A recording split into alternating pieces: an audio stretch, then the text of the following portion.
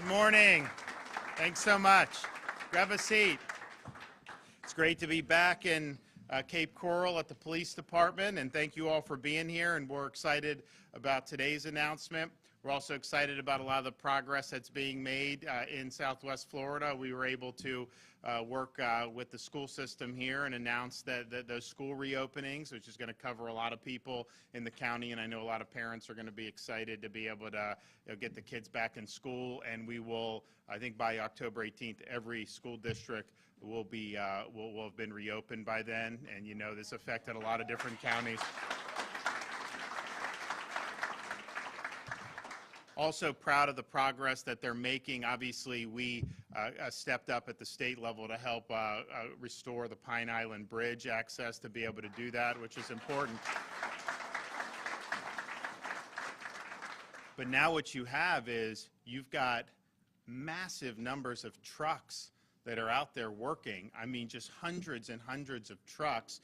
And so they've been able to, they had to fix a lot of the poles, new poles, work on the subs, all this stuff, because there was a lot of damage, but they've made huge progress. I know they already have over 50% restored and reconstructed from where it was, and they're making progress every day. And the same thing, there's hundreds of trucks on Sanibel, because we were able to get the causeway back up and running for at least those trucks, and then we'll have it for the general public very, very soon. But those are really important to be able to get that infrastructure in place so that folks can get back on their feet and bounce back. And we're happy to see that. And so I think that, and then the Fort Myers Beach, you know, the main kind of artery of power for the main streets, that's restored. And so that's back.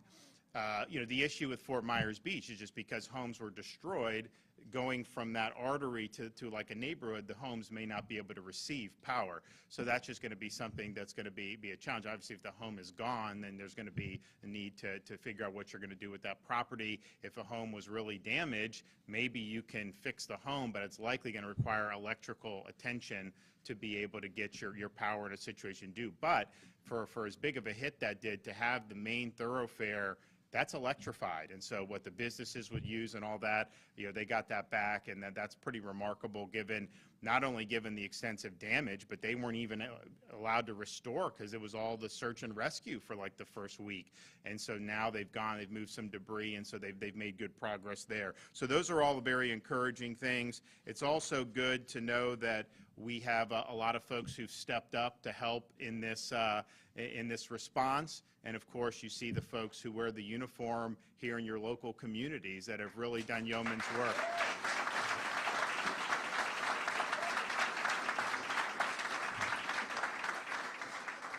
And this isn't anything surprising for us at the state of Florida. We've honored the people that wear the uniform from the first day I became governor, and we were fighting back against a lot of people throughout our country that were attacking law enforcement and saying that they should be defunded and marginalized, and we never bought into that here in the state of Florida. In fact, we passed legislation ensuring that a local government cannot defund a police in the state of Florida, and so those are the right things to do.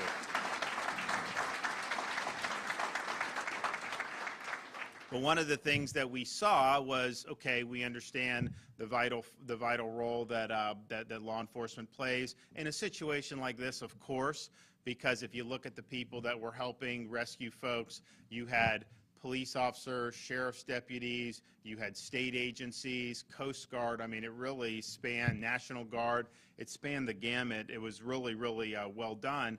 But you also just have daily life, even apart from a spectacular disaster like we've just suffered. You want to have safe streets. You want to have safe communities. That used to be something in this country that we universally expected and had in most places. Now you've seen that really erode, particularly over the last few years. You have some places in this country that are operated almost like third world countries with the crime, just totally out of control. And what happens is when that happens, the whole society starts to fray. almost everything starts to go downhill, because if people don't feel safe, if they can't go to school, go to work, operate a business, if they can't do that in safety, then a lot of times people find elsewhere to live. And so we've drawn a very hard line on that here. We're a law and order state. We're going to make sure that we keep the streets safe, and part of the way you do that is by supporting the people that wear the uniform. So we saw what was going on in other parts of the country. We saw what was going on with, yes, defunding. You had some of these prosecutors that won't prosecute criminals. You can steal from stores and they don't care. In San Francisco, steal $900 worth of stuff. As long as you don't steal over $1,000, they just let you get away with it with no penalty. And so you see all this stuff that's happened.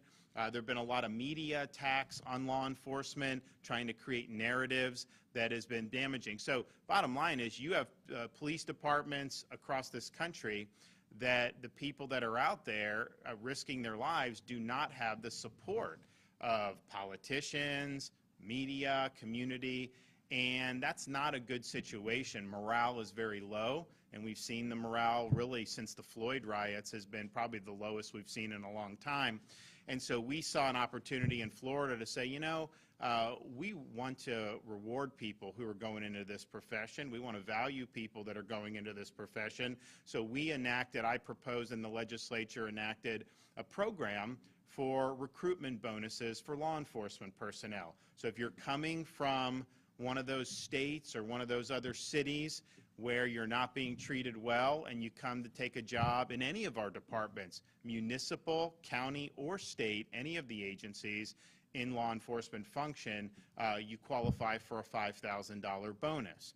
And not just for people coming from out of state. If you have new people within Florida who have not been in law enforcement and they make the decision to go into law enforcement, they are also eligible for the bonuses that we were able to enact. And so, you know, there's some places where law enforcement's targeted. We're doing the $5,000 bonus here, which is going at it in a much better direction. I think people appreciate it. So we have folks here today that are going to be rewarded with these $5,000 bonus checks. And so they all came on board Cape Coral PD sometime this year, some of them only a couple months ago. They got a baptism by fire having to go through Hurricane Ian, I'll tell you that. But you see how vital it is and how important it is. And so we do have 6 officers with us who are going to get the checks. 2 came in from New York, 1 from Maryland, 1 from Georgia, and then 2 are locals who are new here, which we also appreciated. And so these are going to be the first. So the legislature passed the law in the session. I signed it. It took effect July 1st. There's paperwork. People have to qualify. So now, and Dane Eagle's running this program. These are the first recruitment checks that are going to be issued from that program, but we've got 335 more in the hopper. So if you're somebody that's come from New York City or Chicago or Seattle or just new to the profession in Florida, you're going to get it. It's going to be in the mail very, very soon. So we're happy to be able to do this. We understand how important these functions are, and we are going to move heaven and earth to make sure that this state remains a law and order state. We're not going to let them take it away from us.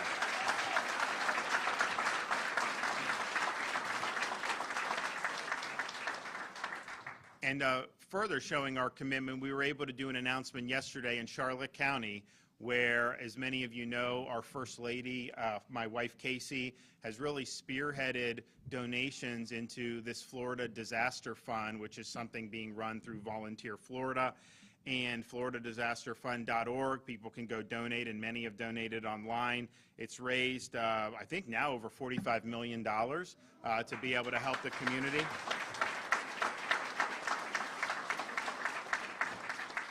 And so they've already done, and basically they can do awards to charitable entities who are in some way in this fight to help the community recover from Hurricane Ian. Well, one of the things that we understood was an issue was we talk about these folks out there rescuing, cracking down on people trying to loot, whatever they have to do.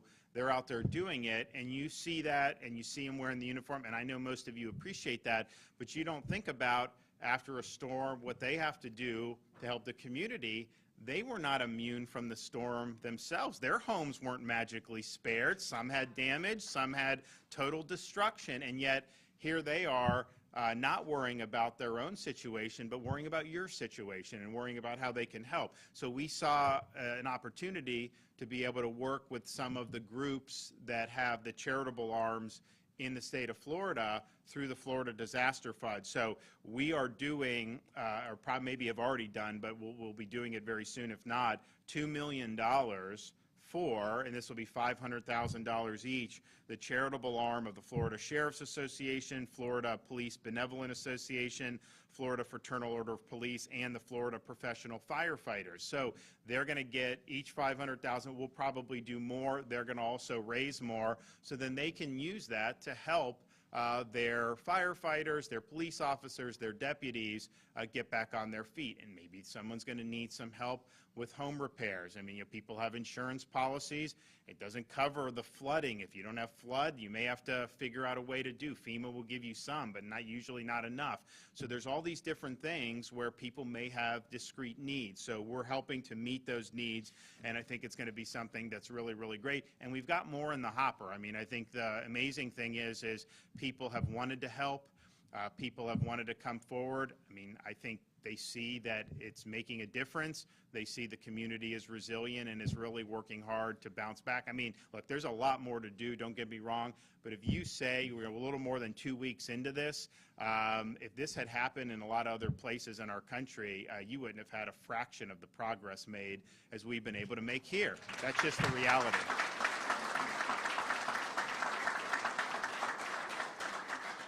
So I think we've got momentum. We've got a lot of we've got difficult roads ahead, and there's going to be a lot of issues that pop up. Some issues will pop up that we're not even thinking about right now. But we'll be here. We'll all work together to make sure. But for people to be able to look and say, you know what. And actually, someone was saying, it's like, hey, Florida is getting the power on quicker than these other states did when they had big hurricanes and all this stuff. And it's like, people put a premium on this. I mean, it's something that matters. The cutting through the red tape to get the bridges back. I don't want people sitting there mired in bureaucracy, and that's been our mantra, really, just get it done. Do it and make it happen, and I think you've seen that. And at the local level, I think you've seen some good stuff. I think the state, we've been cutting through the bureaucracy at a record pace. And I'll tell you, I mean, even with FEMA and some of the federal agencies, I mean, they've been very responsive. And I think, like, people look back 10 years ago how some of this stuff was run. So I think we've seen improvements across the board. So we're mindful of the challenges, but I think we're really hopeful that we're going to have a really strong comeback, and I'm looking forward to being here for that. So, all right, we're going to hear from some other folks. So we'll hear from Chief Sizemore. We're going to hear from one of our officers who qualified for the bonus checks, and then Dane Eagle will come in and consecrate the checks. Okay? Yes, sir. Yep. Thank you.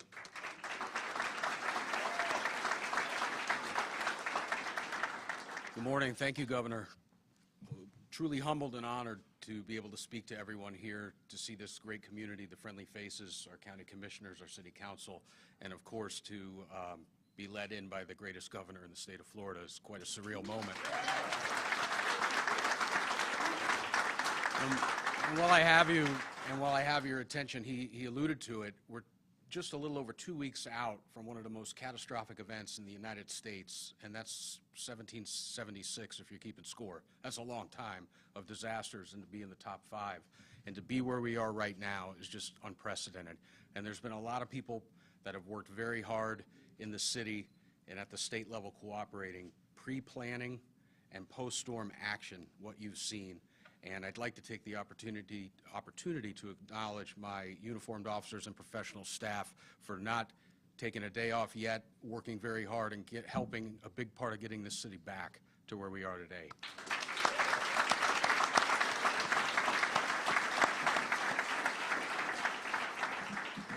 And there's a lot of things that go into staffing a police department, and attracting, recruiting, and retaining great talent, the best talent, is the #1 way to do that. And that's happened here in the city. I'll acknowledge our city council and our mayor working with our Fraternal Order of Police to deliver a labor contract that once again makes us the most competitive in the area by far. It's not even close. So the narrative that you see nationally of the police chief warring with the mayor or having a battle with the city council doesn't exist here. It's first name basis. They've had our back, and that's been proven, and I thank you. And to that end, there's no greater supporter of law enforcement than the governor and what he's done and what this recruitment program does for us. There's a lot of people who talk about supporting law enforcement or back the blue, and I like to say, don't talk about it, be about it. And this governor is about it.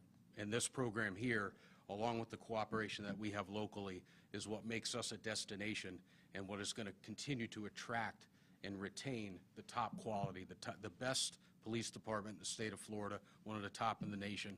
I'll put that against anybody. And I'm grateful that he's here. I'm grateful that you're here, and Cape Coral is back.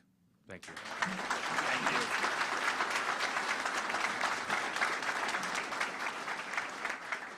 Okay, one of our new officers from Maryland, now to Cape Coral, Officer Mercedes Phillips.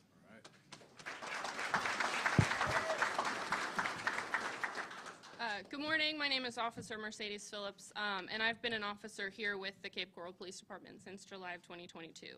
Before getting hired for the Cape Coral Police Department, I worked as an officer for 3 years in Maryland, just slightly south of D.C. From my firsthand experience, there's been a lot of officers that were alienated and underappreciated in this area of the country. I knew moving to Florida I would be valued and appreciated by my department citizens and coworkers. On top of work-life balance, I desired the ability to progress in my profession as an officer, and Governor DeSantis offered the $5,000 incentive bonus to move here. I want to thank Governor DeSantis for making Florida a state where I'm actually proud to be a police officer and serve my community. All that support from the top feeds down to small departments like ours and gives us the motivation and support to make our community that much better. It's a huge privilege. We have a governor who served in our military and is the absolute definition of leadership. So thank you. Thank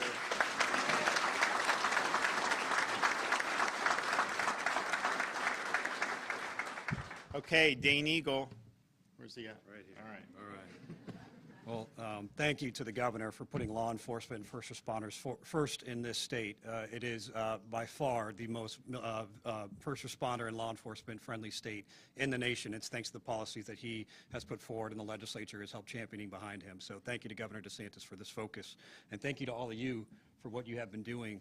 At the Department of Economic Opportunity, we focus on people, we focus on businesses, and we focus on communities and making sure they have economic sustainability. We do that in blue sky days every day, and we do that especially after a storm. When it comes to law enforcement, they are, I would say, the most important workforce in the state, in history, in the world. Without law and order, there is chaos, and with chaos, there is no economic sustainability. So thanks to the work that they're doing on blue sky days, keeping our streets safe, but to the work that they're doing after the storm, making sure that we can get up and running again, is helping the governor and my agency and everybody else get back on their feet and get business up and running again. So thank you to the work that you all have been putting in. To the governor's policies and making sure that law enforcement is first, we were able to do, as the governor mentioned, the $1,000 bonus payments for all first responders. And I'm told the city got those checks just before the storm hit, so that was timely. And I'm sure they are very happy to have those extra $1,000. And now we're able to honor the recruits with these $5,000 bonuses.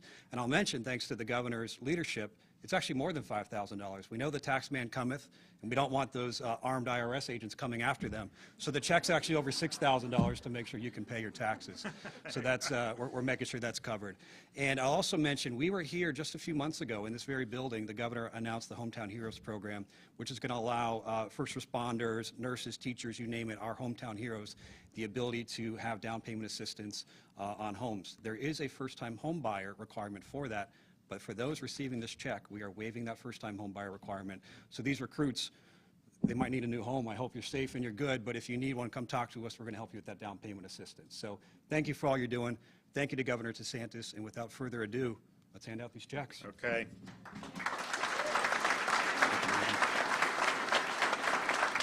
All right, so why don't you call them and just hand them to me, and you guys can come right in front of the podium, and I'll hand it out. Chief, do you want to join the governor? Sure. All right, up first, Officer Bradley Delgatti. All right.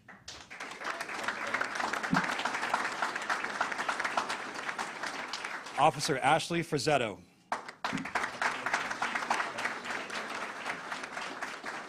Officer Jordan Moses.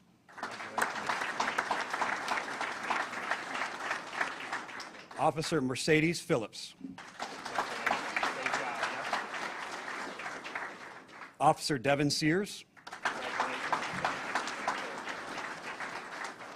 And Officer Steven Specca.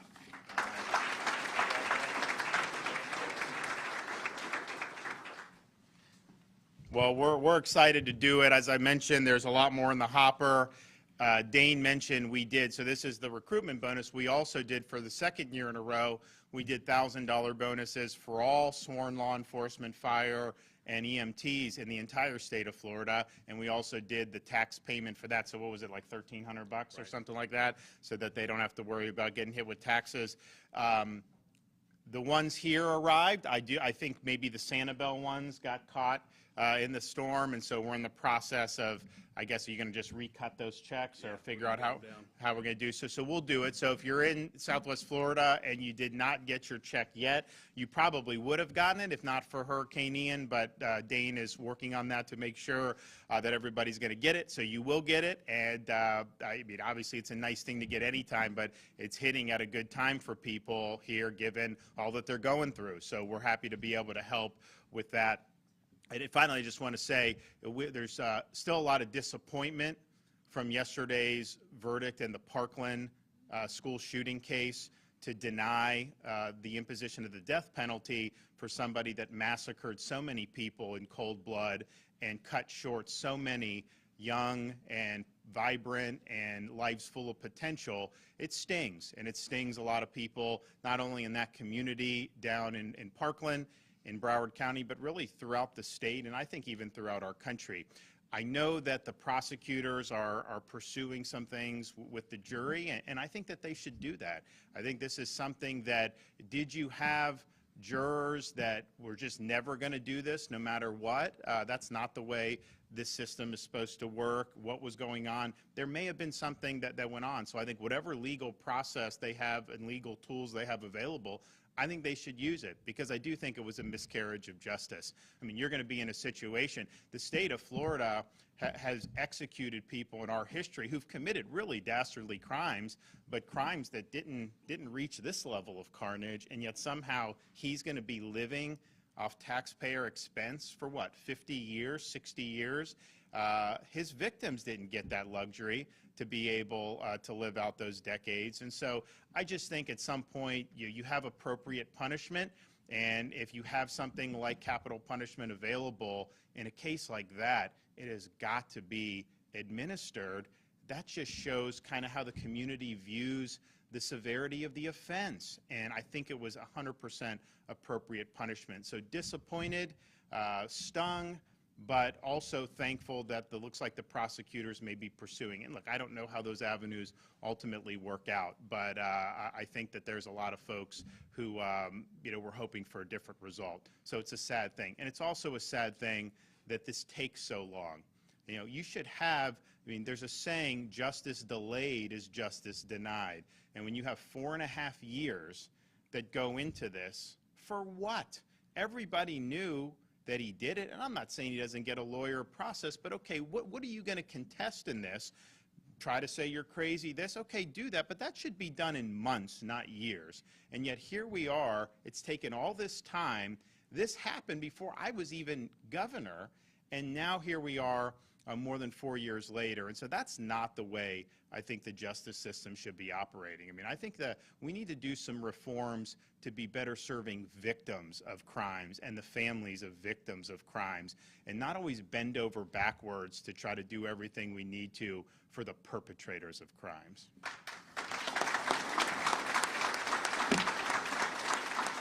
Okay, anybody? Anybody?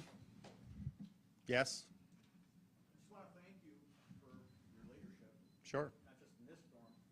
My mom's house was wiped out by tornadoes in January that you were very instrumental in helping. So I want to thank you for that. But a lot of people are getting turned down by FEMA. And Kamala Harris came out and said it's going to be based on equity. How do we get to the bottom of that, what's happening? So questions about FEMA, people maybe be getting denied. Is this tied to Kamala Harris's suggestion that they're going to use things like racial equity rather than just the merits? I can tell you, I spoke with the FEMA administrator. They pledged to us to do it on the merits. We're going to make sure it's on the merits. I think the thing that Kevin Guthrie, our Division of Emergency Management Director, has pointed out is getting denied by FEMA does not mean you're ultimately not going to get it. Sometimes you may need to provide more substantiation. So just see what they're looking for. You can go to the DRCs. We've got a number of disaster recovery centers now up in Southwest Florida, actually throughout the affected counties, even beyond Southwest Florida. People can they can help you get through this process. It is a bureaucracy. When you talk about federal bureaucracy, there is red tape, but I think that you have an opportunity to provide the information. This is going to go through, a bureaucrat's going to look at it, and they need the boxes checked, and if not all the boxes checked, that's the notice you get. But that does not mean that you're ultimately not eligible. I think what it means is you may need to provide more information. Now, if there are eligible people who are being denied for some type of external characteristic, that's obviously unacceptable, and we will vigorously defend the people of this area. Yes? Quick question about insurance in Florida. Early, I know it's only about 2 weeks afterwards, what are the Florida insurance companies doing? What kind of handle do they have on the situation? Is it too early to really know yet? Well, I think they're starting to know. I mean, for example, we had questions early on, even as the storm was hitting, about the Citizens property insurance, which I think most of you know is unfortunately undercapitalized, and it's something that if you had a major storm could be in problems. The issue with Citizens, though, is that they don't have quite as many policies in this part of the state as they do in some other parts of the state. So they feel like they're going to be able to pay the claims that are out, and that's going to be something that they will be able to do. I think part of one of the big issues that's going to arise with respect to some of the insurance is, was your damage due to wind or was your damage due to flood and water? And sometimes it's obvious, like if the winds knock your roof off, that's wind damage. So that would be something that a homeowner's policy would cover. If you're by some lake and it rises and you have 3 feet of water in your living room, well, that's a flood. How do you adjudicate if it's like surge coming in, which is being done with part of the wind, all this? I mean, my view is I think most of the damage has been water damage. I think if you look at Sanibel, Pine Island, and Fort Myers Beach, I think you have a lot of the wind damage. Parts of Charlotte I've seen. But as you get into, I mean, obviously Cape Coral, you look at the homes, some of the homes were damaged from the exterior, but most of it was just the flooding that happened in there. And the floods go down, you look at these homes, you don't even know that they're damaged because you'd have to get in and see inside, but they are damaged. So I think that's going to be an issue that they're going to be doing. But all these companies are regulated. They have to go through a stress test. The stress test this year by the regulators was a major hurricane in Tampa Bay, which is more populated than this area and probably more vulnerable in terms of the lower lying areas, and they were able to pass that. There's also redundancy in coverage, including we just did a special session of the legislature in May to add an additional layer of basically reinsurance coverage, which not all of them needed, but some of them did, so they will end up being utilized from there. But I think this wind versus water, you see it play out after every storm, but I think because we had so many flood that's going to be something. And, you know, unfortunately, you're going to have some people who were told you don't live in a floodplain, you don't need flood insurance, so they bought the homeowner's policy, but maybe their damage was not because of the wind, it was because of the water. So then they're in a situation, they can get money from FEMA, but that is not going to be commensurate with having the flood policy. So we'll see that. I know there's some places, certainly some of the areas in Cape Coral would be required to have flood to get a mortgage, but not everyone does that if they don't have a mortgage either, even if they're in a flood zone. So I think that wind-water thing, I think, is going to be something that's going to be pretty big going down as we go in the weeks ahead. Yes? So are you prepared for the insurance companies that are going to go under because they can't afford to pay these claims? I'm waiting 2 years for a claim 2 years ago with the same company because they didn't have the money. Now, Well, here's the thing. I mean, I think that, you know, so obviously we did a special session. I think a lot of these companies would have gone under had we not done that. But, you know, there's a lot of redundancy in coverage. When you have a major catastrophic event, the companies are able to access this other coverage in ways that they wouldn't if you have just more routine damage or more routine weather. And so there is a lot of resources. I think you have these damage assessments. There's, I mean, you know, it's a decent number of homes that have been totally destroyed. But I would also say I think a lot of the homes probably held up better than people would have thought, given the severity of the storm. So all that'll be worked out as we get going on it. But basically, and Jimmy Petronas is working with them as our CFO. You know, they are cutting checks, and we're encouraging them to cut checks very quickly. I mean, this is not a situation where there's much doubt that there was a lot of damage done. Okay, everybody, we'll see you soon. Thanks so much.